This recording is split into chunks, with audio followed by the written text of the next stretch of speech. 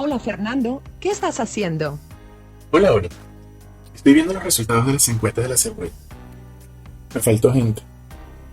Apenas han contestado 63 de 129 personas. A ver, contestaron 35 niños y 28 niñas. Al parecer, los varones son más responsables que las niñas. No estás analizando bien los datos. En tu población hay 74 niños y 55 niñas. En proporción contestaron más niñas que niños. Mira. Te darás cuenta que contestó poco menos del 50% en los masculinos y poco más del 50% en las femeninas. La verdad es que se entiende mucho mejor con un gráfico que viendo los números así solamente. Es por eso que vamos a ver el tema de gráficos.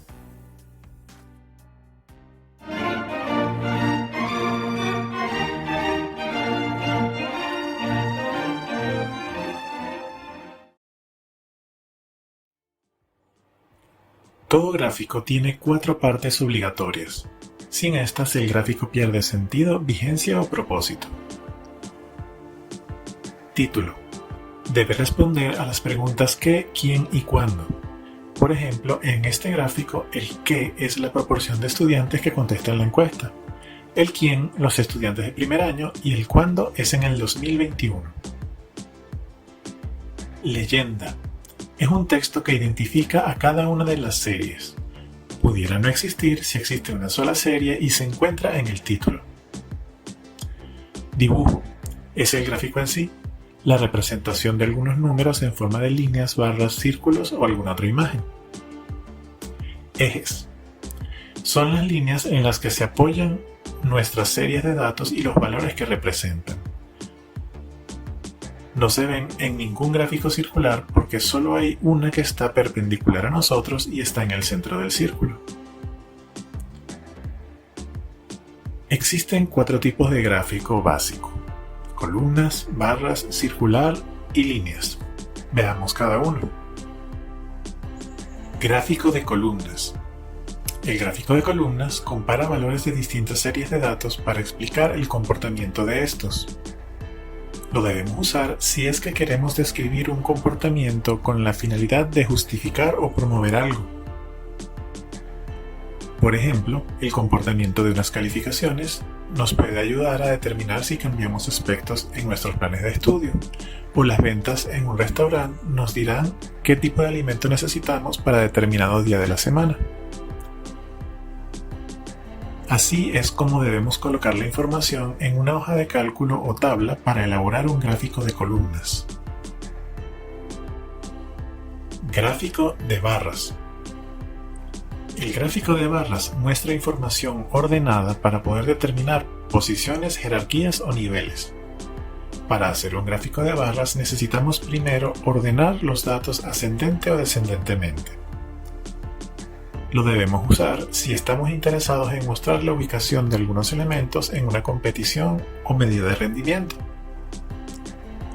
Por ejemplo, podemos buscar en qué lugar está un piloto en una competencia automovilística y por cuántos puntos o por cuánto tiempo se diferencia de los lugares superiores o inferiores.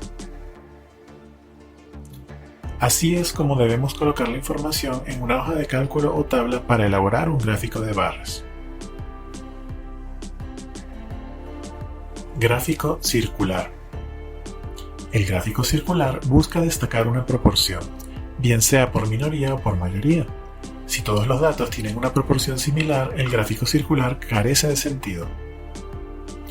Lo debemos usar si queremos que se evidencie que hemos ganado una votación, tenemos mayoría o es lo que prefieren las personas. Por ejemplo, un círculo puede destacar si un programa tiene mayor audiencia, un artículo se vende más que la competencia. Así es como debemos colocar la información en una hoja de cálculo o tabla para elaborar un gráfico circular.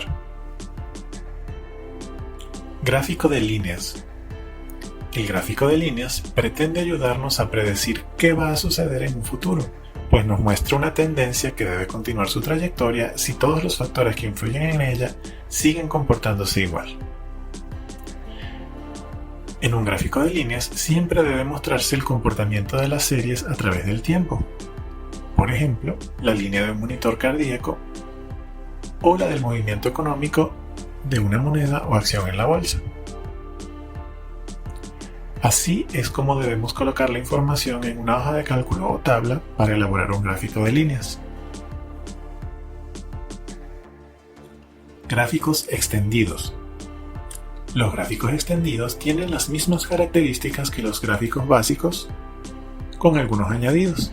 Por ejemplo, el gráfico de anillos ayuda a colocar varios gráficos circulares en uno para destacar más de una serie a la vez. El gráfico de áreas busca mostrar una tendencia como el de líneas y destacar como el circular. Los gráficos de barras o columnas apiladas hacen lo mismo que los gráficos de barras o columnas comunes y además establecen los nexos entre las series de datos. Los gráficos combinados nos permiten mezclar líneas y columnas o líneas y barras para poder trabajar con dos ejes de datos. Hagamos una mención especial al gráfico radial, pues aunque trabaja con líneas, lo que busca es mostrar el desempeño de una serie tomando en cuenta varios aspectos. Así es como debemos colocar la información en una hoja de cálculo o tabla para elaborar un gráfico radial. Bueno, muchachos. Y no tengo más que decir de eso. Y es lo único que tengo que decir sobre esto.